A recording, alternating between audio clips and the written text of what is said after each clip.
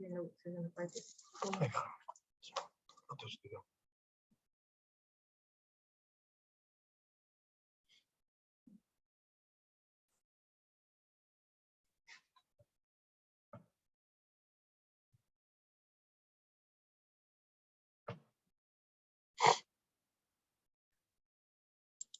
right, good afternoon, and thank you for joining our briefing on the City of Philadelphia's response to gun violence. This briefing is for press only. If you are not a member of the press, please log out and watch today's live stream on the City of Philadelphia's Facebook page, or tune in to 900 AM or 96.1 FMW your day.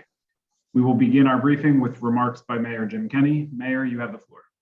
Thanks, Kevin. Good afternoon, everyone. There are several updates we're sharing today as we continue working at all levels to address gun violence across the city. First off, we're investigating the circumstances behind the police-involved shooting in South Philadelphia last night. Deputy Commissioner Nash will be able to share with you what we know at this point shortly. But one thing we do know is, as we have spoken about on many occasions, we are seeing that victims and perpetrators of crime are becoming younger and younger, which is a very disturbing trend that we all must recognize and work to address. As we've shared previously, the city's gun violence response and prevention strategy is guided by the roadmap to safer communities, which is geographically driven strategy, focusing on the areas of the city that are the hardest hit by gun violence. In a few moments, you'll hear from Eric Atwood regarding new ways the city's Office of Criminal Justice and Public Safety will be engaging the public on that strategy moving forward in 2022. Before turning it over to Erica, I want to take a moment to point out how the Biden-Harris administration has been a strong partner in our anti-violence work. During his State of the Union address last night, the president highlighted the administration's comprehensive strategy to make our communities safer and to reduce gun crime. In the State of the Union, he reiterated his call for Congress to pass common sense gun violence legislation that will save lives, and urged Congress to act on his $300 million budget request to more than double the size of the Department of Justice's COPS Community Policing Grant Program. These are critical initiatives that we need to continue our fight against gun violence locally here in Philadelphia, and we implore our colleagues in Washington and Harrisburg to follow the administration's lead. Now I'll turn it over to Eric Atwood, Senior Director, Office of Policy and Strategic Initiatives for the Criminal Justice and Public Safety for additional updates.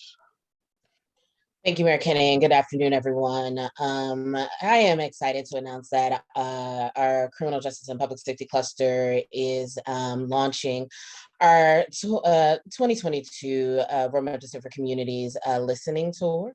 This tour will start on March 7th. We will have our first meeting at Nomo South.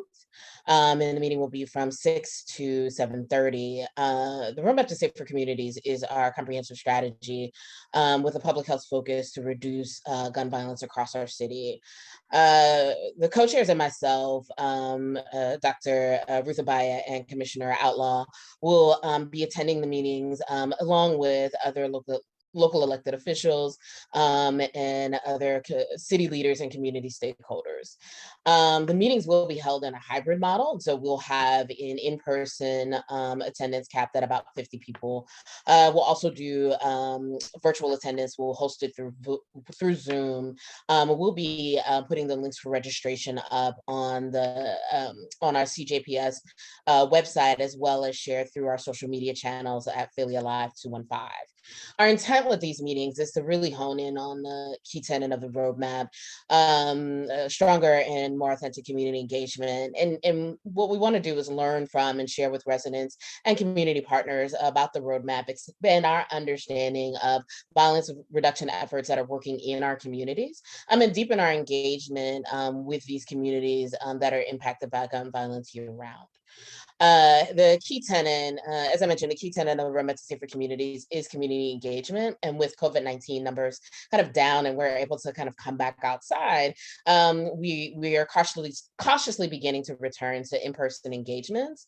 And so we also want to be accessible to those who are not as comfortable or have compromised situations. So we're also kind of going to keep the virtual offerings maintained.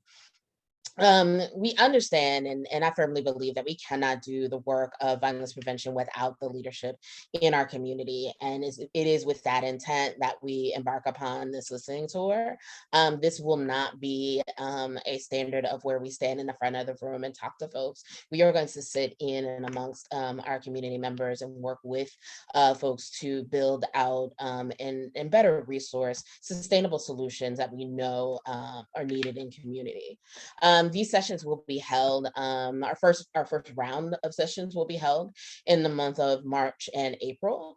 Again, we will provide the registration links. We hope that you as our media partners will promote them, and our community stakeholders will also help us recruit members to attend and contribute to what will be the ongoing implementation to the roadmap to safer communities.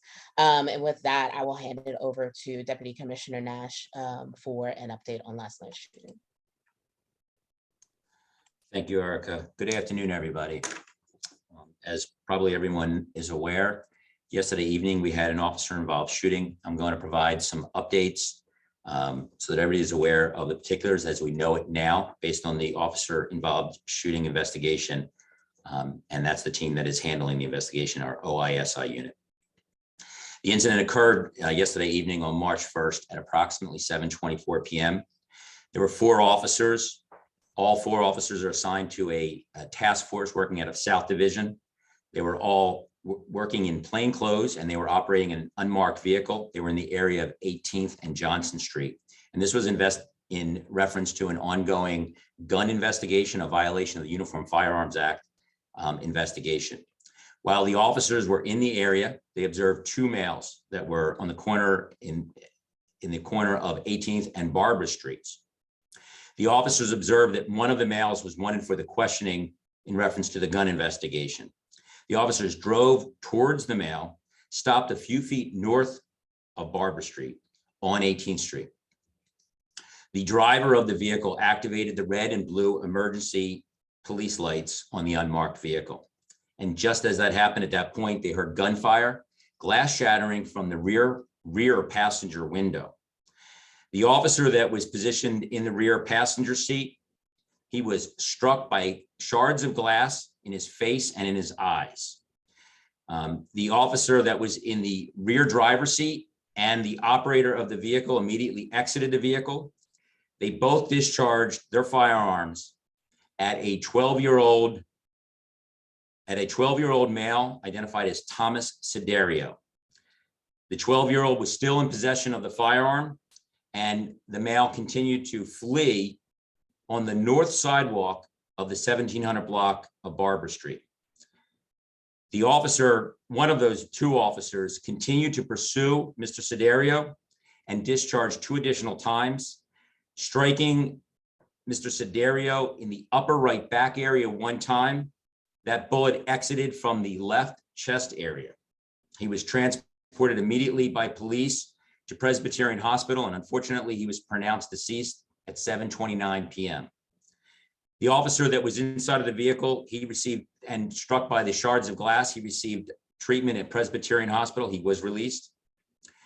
It's important to note that the projectile that struck the unmarked vehicle, it had a perforating hole through the rear passenger glass window.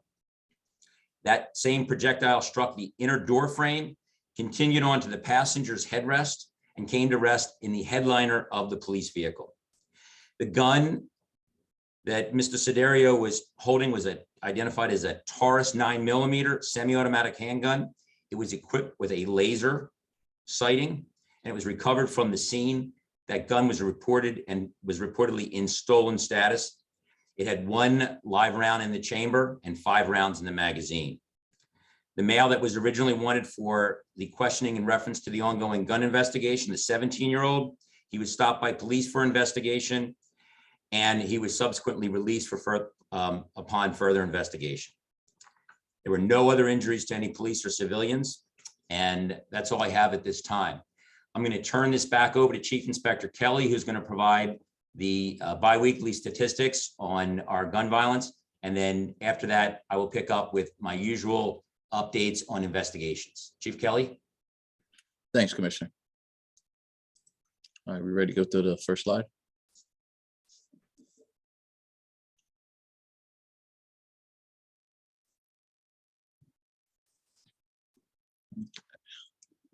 All right, number 2.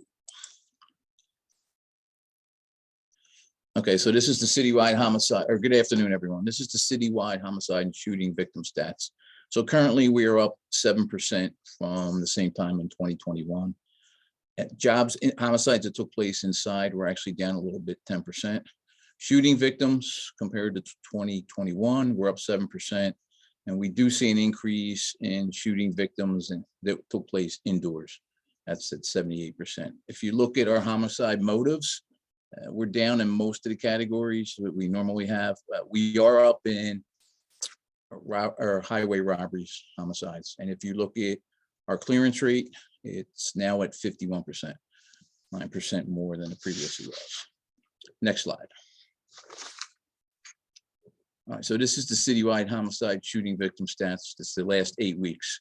So currently we had 9 the past week, 43 shooting victims. Previous week, there were 10. And you can see going back at one point, the end of January, we were down to 6 and 7, and the shootings were at 32 and 28. So we've come up somewhat. Next slide.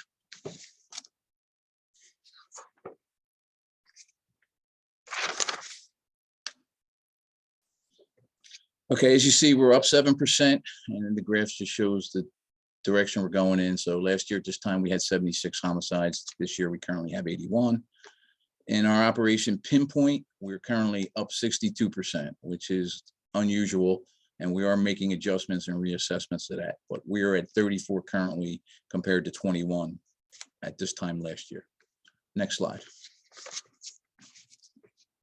All right, this is shooting victims citywide and Operation Pinpoint. So citywide, we're up 7% in shooting victims. We're at 338, whereas last year we were at 316.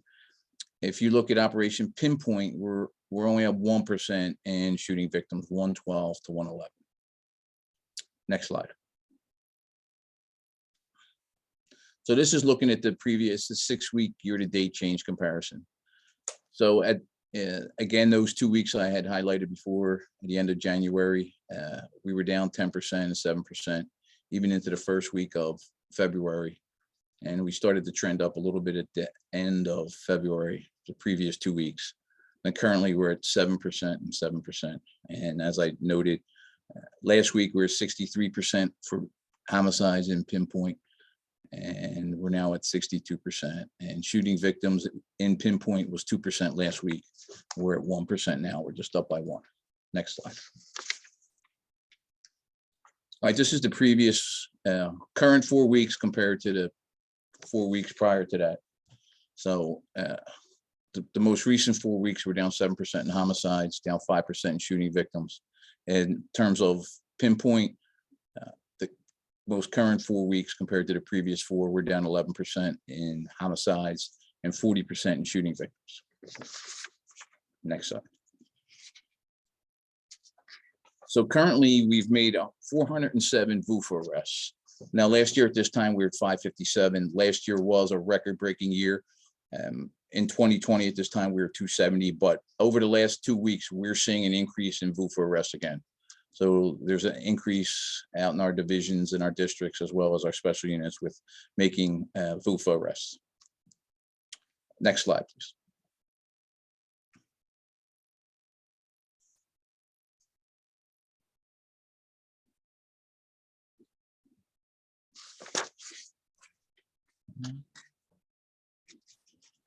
I don't know what's there. It looks like the last slide may have gotten lost. Okay, all right, this changed. Okay, so with that, I'll turn it over to Deputy Commissioner Nash. Thanks, Jim. Good afternoon again, everyone. As I normally do, I'm going to provide updates today. Today, I'm going to change the start of it by shifting the focus initially from our hardworking homicide unit. I'm going to talk about some of the investigative success that our Narcotics Bureau has had in this past month. And then I'm going to be providing updates on homicide arrests, as I typically have been doing during these press conferences. Since our last press conference, we've arrested 16 individuals wanted for committing homicides. In addition, I'm going to feature fugitives that are currently wanted for recent homicides. And then finally, I'm going to finish by talking about recent carjacking arrests, some really outstanding arrests that have been made by the officers. So Kevin, if you can put up the slides that we have on the Narcotics Bureau seizures. That's it. And right after that should be the beginning of some illustrations of what we've been able to accomplish, take off the streets.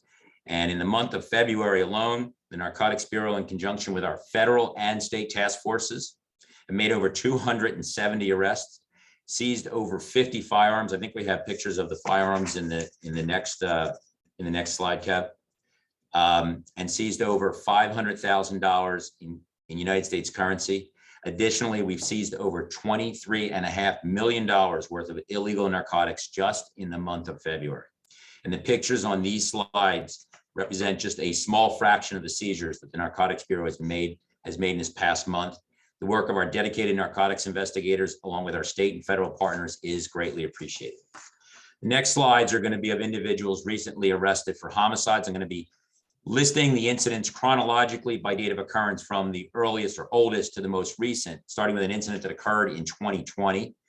The first slide is a picture of Basil Moses, and on February 23rd, 24-year-old Basil Moses was arrested for shooting and killing 21-year-old Damir Moore and another victim who survived.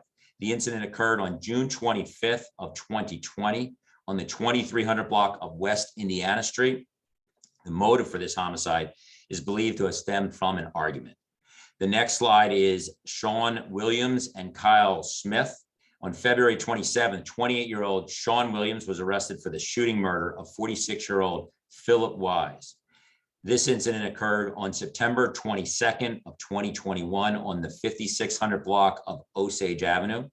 Additionally, Mr. Williams' accomplice has been identified as 30-year-old Kyle Smith, and he is wanted for the homicide as well. The incident appears to have stemmed, from a robbery. Our next photo is of Jamil Levine. He's actually in custody for 2 homicides. And it was just yesterday that 21-year-old Jamil Levine was arrested and charged with the shooting murder of 20-year-old Jabria Harris. That incident occurred on October 27th of 2021 on the 4000 block of Old York Road. This case had previously been cleared with the arrest of 17-year-old Nabria Watson on December the 10th of 2021. The murder on Old York Road appears to be a retaliation for a previous incident. But in addition to the homicide that occurred on Old York Road, an arrest warrant was obtained on February the 28th for Mr. Levine, charging him with another murder. Jamil Levine was charged yesterday with the homicide of 22-year-old Jaden McCaskill and shooting 2 other victims who survived. That incident occurred on November 1st of 2021 on the 1400 block of Parish Street. The next slide is Jaleel Williams and Hanif Roberson. And most people who tune into this press conference are going to be familiar with these names.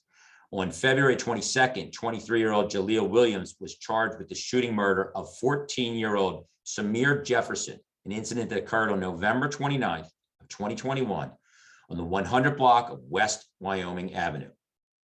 14-year-old Samir Jefferson. Jaleel Williams was apprehended on February 8th by the U.S. Marshals Task Force in Atlanta, Georgia. He was extradited to Philadelphia. I'd previously mentioned his arrest and his capture by the Marshals. And on February the 24th, 20-year-old Hanif Roberson was extradited from Hall County following his arrest there on January the 10th.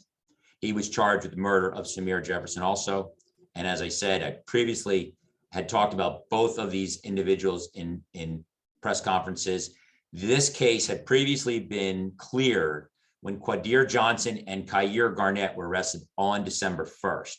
The arrest of Williams and Roberson would not have been possible without the outstanding help from our partners at the U.S. Marshal Service. Next photo is 16-year-old Kiyam Muhammad. And on February 21st, the third male from an incident, 16-year-old Kiyam Muhammad was arrested for the brutal murder of 70-year-old Shawn that occurred on December the 2nd of 2021 on the 3000 block of Teasdale Street. I spoke about Mr. Muhammad's arrest warrant during our last press conference. This case, as you may remember, was originally cleared with the arrest of John Newsland on January 14th.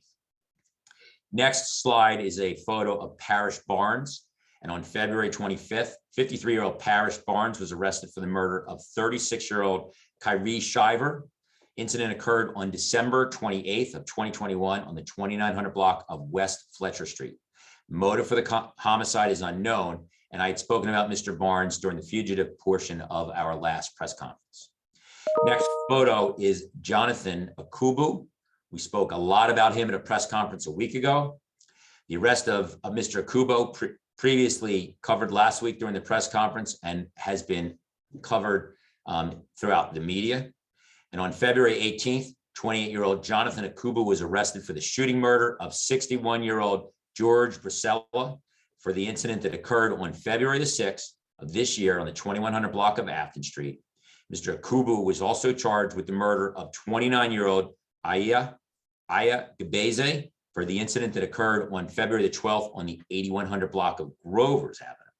Now, in addition to Mr. Akubu, just yesterday, March 1st, we arrested 3 additional individuals, the 3 accomplices that were working with Mr. Akubu. The 3 males, we don't have their photos because we're holding back on their photos. So we'll be able to continue to use their pictures on further investigations. The 3 males are identified as Mikhail McCracken, he's 20 years old. Also 20-year-old Amin Moose and 19-year-old Alim Abdul Hakim. All 3 of them charged with the murder of George Brashear, along with multiple carjackings. Due to the ongoing investigations, as I said, into these males for more carjackings, we're not going to be releasing their photos at this time. Next photo is Calvin Gray. On February 25th, 32-year-old Calvin Gray was arrested for stabbing and killing 35-year-old Alexis Hunley. The incident occurred on February the 11th of this year on the 5100 block of North 13th Street. The motive is unknown. Next photo is of Maurice Tiggett. 37-year-old Maurice Tiggett was arrested for the shooting murder of 28-year-old Marvin Williams. Incident occurred on February the 18th on the 300 block of North 54th Street after Marvin Williams and Maurice Tiggett were involved in a verbal altercation. Next slide is Curtis Johnson. On February 25th, 26-year-old Curtis Johnson was arrested for the shooting murder of 24-year-old Jamal Dean. The incident occurred on February 21st on the 7900 block of Henry Avenue. This incident stemmed from an altercation between the 2. Next photo is Sadim Edens. And on February 24th, 44-year-old Sahim Edens was arrested for the shooting murder of 56-year-old Christine Whitaker. The incident occurred on February 21st on the 100 block of Mayland Street. Edens was initially apprehended by officers within minutes of the shooting on February the 21st. He was initially charged with attempted murder and aggravated assault. Unfortunately, Ms. Whitaker succumbed to her injuries the following day, and Mr. Edens has now been charged with murder and related offenses. Next photo is Anthony Bennett.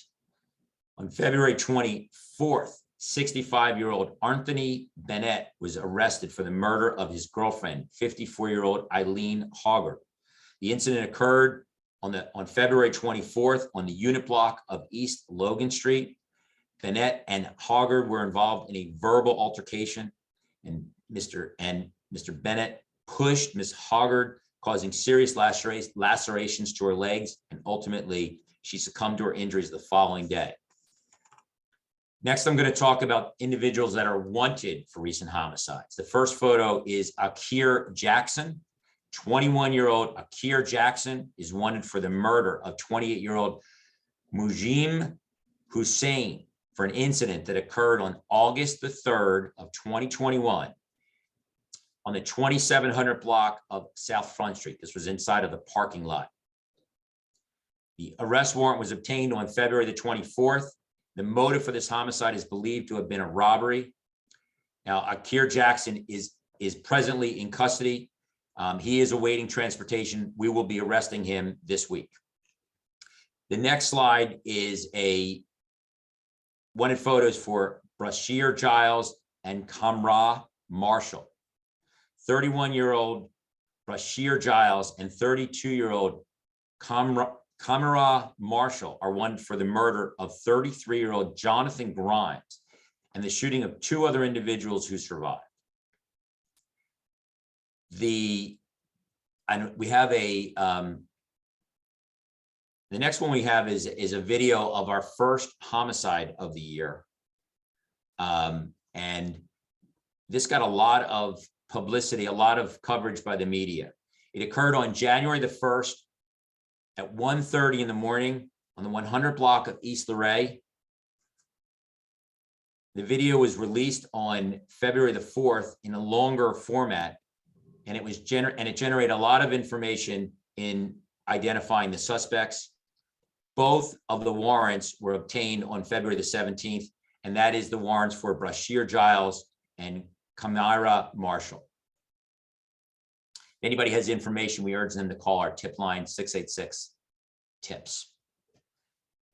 We can move on to the next slide, which is a photo of Reginald Hardin.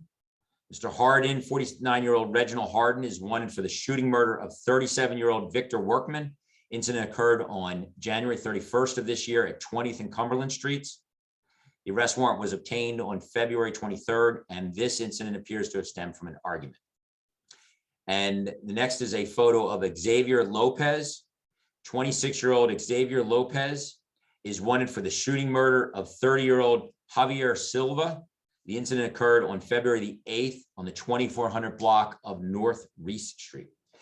Anyone with information pertaining to any of these suspects that I've highlighted or their whereabouts is urged to call either our homicide unit, 686-3334, or as always, our tip line, 686-TIPS, 686-8477, 215 area code, and provide information and take these individuals off the streets. The next slides are going to be highlighting some recent significant carjacking arrests. I previously already mentioned about Jonathan Akubu, arrested for the 2 homicides, and he's been charged for 2 carjackings. He's suspected of committing numerous other carjackings that we are continuing to work on through our homicide unit, along with our carjacking task force.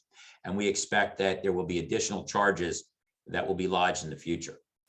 Next is going to be highlighting an incident, and that's Mr. Akubu. We expect more arrests to be coming in the future, charging Mr. Akubu with additional incidents. The next slide is in reference to an incident that occurred starting in the 3900 block of Chestnut Street. In this incident on February the 19th at 9:40 p.m., our victim complainant was parked inside of a Cadillac Escalade on the 3900 block of Chestnut Street. An unknown male approached him. Complainant stated the male tapped the window with a black gun. That's the gun that was recovered. Said, "Get out." The complainant exited his SUV. This male got into the car, drove off. Information was provided over police radio based on the information from the complainant. An astute officer from the University of Pennsylvania Police Department observed the black Escalade shortly thereafter in the area of 40th and Spruce Streets. The officer put on his overhead lights and siren, tried to stop, but the Escalade took off, crashed into another vehicle at 43rd and Spruce Street. The officers from University of Pennsylvania's Police Department held on to the driver. They were able to capture him. He was identified as Gian Imari Mond. A complainant was transported to the scene, positively identified Mr. Mond as the male that robbed him at 3900 Chestnut Street. The officers from University of Pennsylvania recovered that gun that looked so real, turned out to be an airsoft BB gun. And that's the gun you see on the screen. Upon further investigation, officers discovered another robbery, which was an attempted carjacking, had occurred just 20 minutes earlier on the 2900 block of Market Street. The complainant in that incident was inside of his vehicle, which was a Mitsubishi Outlander, and an unknown male approached him, demanded the car point of gun, but a struggle ensued. The offender was not able to take the car. The offender took the complainant's cell phone. Amtrak police transported the complainant from that incident, from the 2900 block of Market Street to the 43rd and Spruce Street after Mr. Mond was arrested. And that complainant positively identified Mr. Mond as the individual that robbed him on Market Street. Additionally, during the arrest of Mr. Mond, another key fob from a Hyundai was recovered from him, belonging to a 2021 Hyundai Accent. That vehicle had been taking point of gun during a carjacking on February 19th, which is the same day of this arrest, earlier in the day at 11:50 a.m. That vehicle was recovered at 38th and Ludlow Street. It had a flat tire. The third complainant also identified Mr. Mon as the male who carjacked him. In summary, offender Mr. Mon has been charged with 3 carjackings, all point of gun, committed in just one day.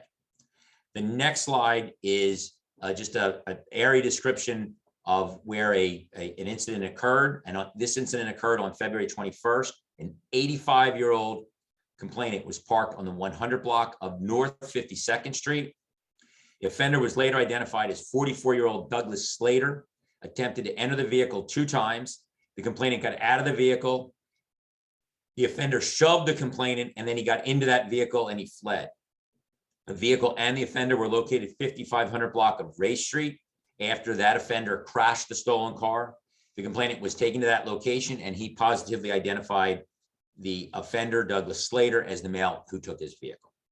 And the next and last slide I have is for an incident that occurred in the 4200 block of Parkside. I'm going to highlight 2 individuals that were arrested for back in the beginning of January for carjackings. And this is before I started talking about the carjackings during this biweekly press conference. And it was on January the 3rd, officers responded to the 4200 block of Parkside and located 2 gunshot victims. Juan Jose Rodriguez, who was inside of a Honda Accord. Additionally, officers discovered Alex Fernandez Pena, who was inside of a Infiniti vehicle. The officers encountered a male shortly after that who said he was operating his 2011 Infiniti. He was tapped in the back of his car 2 times by another vehicle, which was the Honda.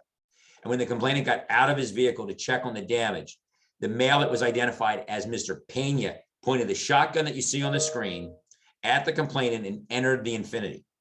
However, the complainant, who was legally armed with a firearm, fired his weapon at Pena and Rodriguez. Pena fled in the victim's Infiniti and Rodriguez escaped in the Honda that was used to bump the rear of the carjacking victim's Infiniti. Later that month, the ATF Violent Crimes Task Force, in conjunction with our Southwest Detective Division, initiated the investigation into Pena and Rodriguez, and subsequently the case has been adopted by the United States Attorney's Office, Eastern District of Pennsylvania. They've charged Juan Jose Rodriguez and Alex Fernandez Pena federally with carjacking and carrying a firearm during the commission of a crime of violence. We are grateful for our continued partnership with the ATF.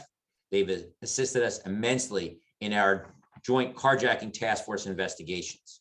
And I wanted to highlight that because that is one of the first cases that's been adopted in this carjacking spree by our partners at the U.S. Attorney's Office.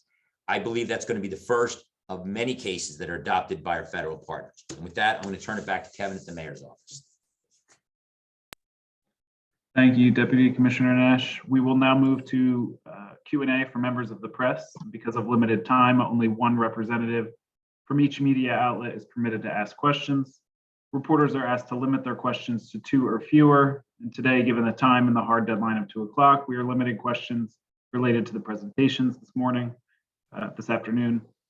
Armando is also available for Spanish interpretation as needed. And if you would like to ask a question, please use the raise your hand function. So with that, we will go to Kelly Rule of Fox 29.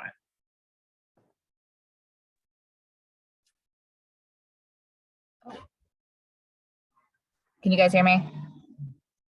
Yes. Yep. Okay. Are you able to talk about Thomas Siderio's possible criminal history, if he was known to police?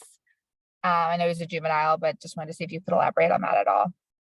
It would not be appropriate for me to be talking about that right now. So unfortunately, I really can't. Okay. Can you say if he was posting anything on social media that led officers to that area? I can tell you that there were social media posts that initiated the investigation into a gun investigation in that area. I'm not able to say at this time that they were his postings. I am aware that he has had social media postings. But I can't say that the postings that got us to that area were specifically directed in relation to his postings. And can you say why the 4 officers were traveling the same vehicle, just out of curiosity? Sure. Yeah, they work as a task force. They're a team. 4 officers allows for a partnership, 2 officers to be able to get out and do surveillance on foot. And it's likely that that's what was going to be intended to do. Before they had the chance to set up that foot surveillance, the incident occurred. Thank you. You're welcome. Thanks, Kelly. We'll now move to Saj Purple Blackwell, Community Radio. Good afternoon, everyone. My first question is, we are still dealing with homicides that are trending up and still at an extraordinary high. So again, since we are right now on track to actually beat last year's numbers, what more are we doing today than we did last year, 2 months ago? Well, we're identifying the areas and the individuals we believe are responsible for driving the crime. I think that counter to your assertion, while the numbers have ticked up this in the past month, there's something to keep in mind. The number of homicides in February of last year was affected by a number of factors, including adverse weather. There was a lot of snow and the numbers were lower. We had a better January this year than we did the previous year. Our February was not as good as we wished it had been, but as I said, last year's February was the best month that we'd had all year. I think overall, the trend is indicating that the numbers are going to be trending in a positive direction. And very importantly, we're seeing increased level of homicide clearances. And I can tell you that that's going to have a really positive impact on bringing the numbers down. And it's just to follow up with that question.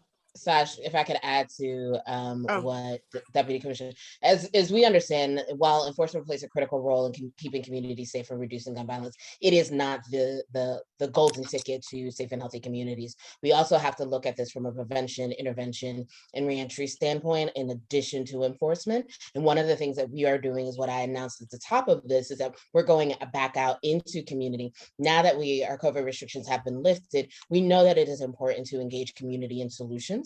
And it's important to engage community and fill resource gaps that may exist. And so that is part of our solution. And a big part of the roadmap strategy is how are we engaging directly with community in an authentic way, kind of meeting folks where they are, in addition to coordinating the services that we do provide to those communities in a more efficient way. So has the roadmaps been revised to kind of meet this extraordinary need? And again, I think last week they asked you how many groups of who have received grant money have actually started getting their first payments. We're still hearing that people have not been even getting their first payments to be boots on the ground and actionary. No, the majority of, and I can get you the exact numbers because we are expending resources daily, but the majority of our grantees have received the first round of funding. They have all gone through our technical assistance kickoff. They have all gone through financial, fiscal health and wellness assessments, and we are working to develop what our data collection will be around our evaluation. So we are not stalled. Folks are not receiving funds. We are engaged in a way, moving in a way faster than most philanthropic organizations could move to support this work directly on the ground. Okay, thank you very much. And then my last question is, again, maybe to one of the commissioners and or whoever wants to jump in. We have been talking to people who are aware of what's going on with the carjackings on the street. It's being told to us that young people and people in generally are getting $1,000 for new cars, and they're getting $500 for old cars, which is contributing to a majority of the uptick in how many carjackings we've been having. Any other intel on that or any response to that? I'll talk about it. I can tell you that we've also developed information that indicates that this has been a for-profit situation. People have been doing it. We have a lot of work to continue to do on on the arrest that we talked about before, involving Mr. Akubu and his activities as they relate to a cash profit carjacking ring. But I can tell you that with him and his crew out of the picture, We are zoning in on others, and we'll have additional arrests in the future. We're following up on all the carjackings. The exact amounts, you might hear very many different numbers. But clearly that's a part of it. But we also are seeing carjackings for other reasons. I mean, we've experienced that problem in the past. Over time, all cities experience that problem. There is a tightness in the used car market that may be generating some of it, but it's hard to say at this point. But as we continue to make arrests in this area, and we are seeing a downward trend of the carjackings right now. Thank you. Thanks, Sash. We'll now go to Anna Orso at the Philadelphia Inquirer. Thanks, Kevin. Commissioner Nash, can you elaborate at all on what ballistics evidence was recovered from inside the police vehicle? And is the assertion at this point that the 12-year-old was the person who fired the gunshot that ended up in the police vehicle, or is it possible that that shot was fired by the other person on scene? So the investigation is still in the early stages, so I can't give you any definitive information pertaining to what the last thing that you asked. But regarding the path of travel of the projectile, there was a projectile that was recovered from inside of the police vehicle. It shattered the glass on the passenger side rear window. It went through the headrest for the front seat passenger, and then it continued into the headliner of the vehicle. So I can confirm that ballistic evidence is recovered or in the process of being recovered. And as far as everything else, it's just too early to say, and would not be appropriate to get into any additional details beyond what I provided earlier in this press conference. Okay, when you say projectile, you mean a bullet? Yes. Okay. Is there body camera footage or dash camera footage or both available showing this incident? The officers in plain clothes were not equipped with body-worn cameras, so there is none of that at this time. We are in the process of trying to recover any and all camera surveillance footage from the entire area. We're still working on that. Okay. And you know, in terms of this suspect being shot in the back, if a person is fleeing a confrontation, what are police trained to do in terms of firing a shot at a suspect in that situation? So let me be clear of something. While the indications from the medical examiner is that the bullet entered into his back, that doesn't mean that he was fleeing and that there was not a gun being pointed towards or in the vicinity of the officer. The angle of the projectile entering the young man is indicative that he was not fired directly behind him, but his body could have been turning. And it's too early to be speculating on everything at this point, so I don't want to go there. But it doesn't mean that he wasn't continuing to be a threat to the officers. I'm just putting out and making it clear that we don't have a definitive determination at this point of everything. We're still talking to people, trying to locate surveillance footage, which will determine exactly what the chain of events were. But it's at this point, all indications are we believe he was still in possession of the weapon at the time of the officer's discharge. Okay, thank you. Thanks, Anna. And just as a reminder for media that are on the line and have their hands raised, please be sure to have your media outlet affiliation identified in your name so that we can call on you. Thank you. We'll now go to Kristen Johansson of KYW. Hello, I have two questions. One, did the police officers have tasers? I don't have the answer at this point on that question, Okay. so I'm not going to speculate.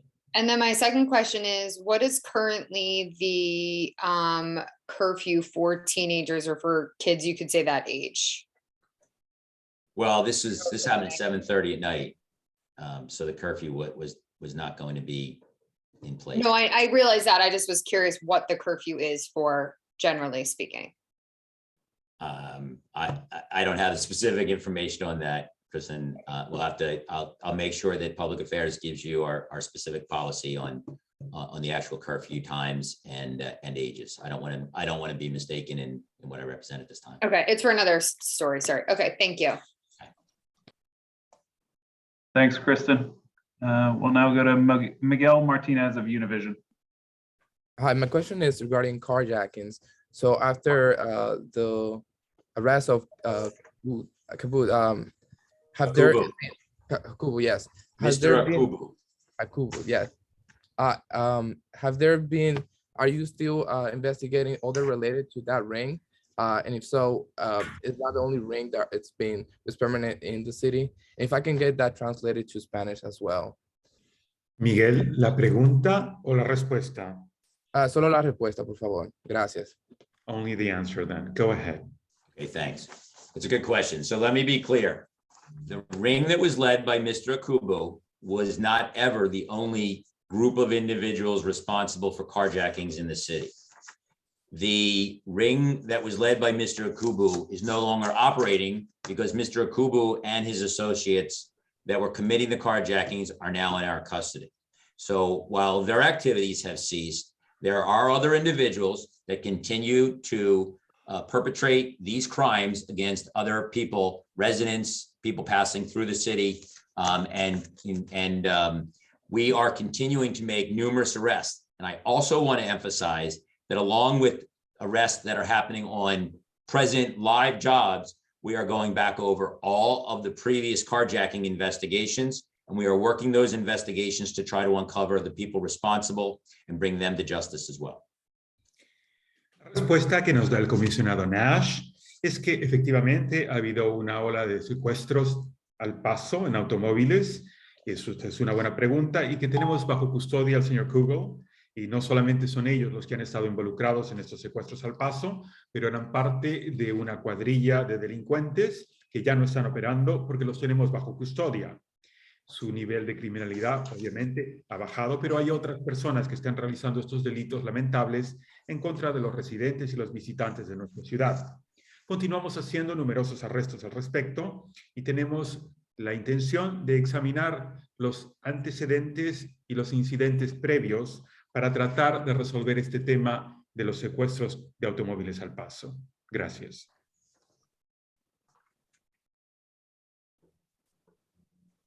Thank you, Miguel. You're all set? Yes, thank you. Yep, you're welcome. We'll now go to Francis Wong of NBC 10. Hi there. There are media reports of Thomas Siderio Jr. being missing before from the spring of 2020, and police put out a call for the public's help. This just makes me think of the 100 shootings review findings that a lot of the people involved in some of these gun incidents have had some sort of prior contact with police or other city agencies before. Is there anything you can go back to on him being missing back then, and anything you can elaborate on perhaps a connection or some of his background that you can say? Because some of that information was already put out prior. Yeah, I understand that there have been reports about the young man being missing in the past. I do understand that he's had contact with the system in the city. I don't have the particulars of the details. I just don't think it would be appropriate this time to be getting into any details of what his past has been. I'm sure that there will be a lot of work to uncover that, look at it from a perspective of, is there any place where the system failed him, where things could have been done differently, whether it's inside of the home or outside of the home, and that's something for the future. But right now our focus is on the officer-involved shooting investigation and making sure that we uncover everything possible to get to exactly what occurred last evening. Thanks. Thank you. Thanks, Francis. And lastly, we'll go to Rudy Chinchilla of Telemundo and NBC. Thank you. So Commissioner Nash, just to clarify, you guys can't say for sure right now whether the 12-year-old fired at police. You also can't say for sure whether, as he was running away, he may have tried to point the gun back, right? Is that the picture you're painting? Well, let me be clear. A shot was fired into a police car that contained 4 police officers, and the shot was in the area of where their heads were. And one officer sustained significant injury to his eyes from shattered glass. And another officer was sitting in the passenger seat, front passenger seat of the vehicle, and a bullet went through the headrest. And I can tell you that 2 officers immediately exited the vehicle and chased an individual that was in possession of a gun. And one of those officers discharged his police weapon at that person, and we recovered that gun. So I can't be definitive about exact everything at this point, but I can be definitive that a shot was fired into the police vehicle and the gun was recovered. I hope that answers your question as best as I can. Thank you. Yeah. And I'm wondering, did the officers ever give a command for this 12-year-old to either drop the gun or to stop? And you mentioned that they didn't have body cams. Is that because plainclothes officers don't need them, or is that just funding or some other reason for that? So those officers have not been equipped with them. At this point, our uniform officers, we're equipping all of our uniform officers with the body worn cameras. I can tell you definitively that the police officer's vehicle had the red and blue lights indicative of police activity. I can't get into specifics about exactly what was or wasn't said, so I'm just going to leave it that the police vehicle could be clearly identified based on the lights that this was a police vehicle. Okay, and just to clarify on the body cam thing, so is that a protocol policy thing where plainclothes officers, specifically just plainclothes officers, don't have body cams? Is that accurate? Right now, that's correct. Okay, thank you. Appreciate it. Thank you, Rudy. And seeing no further questions, we will conclude today's press conference. Thank you, everyone, for joining us, and we will reconvene again in 2 weeks. Thank you. Take care.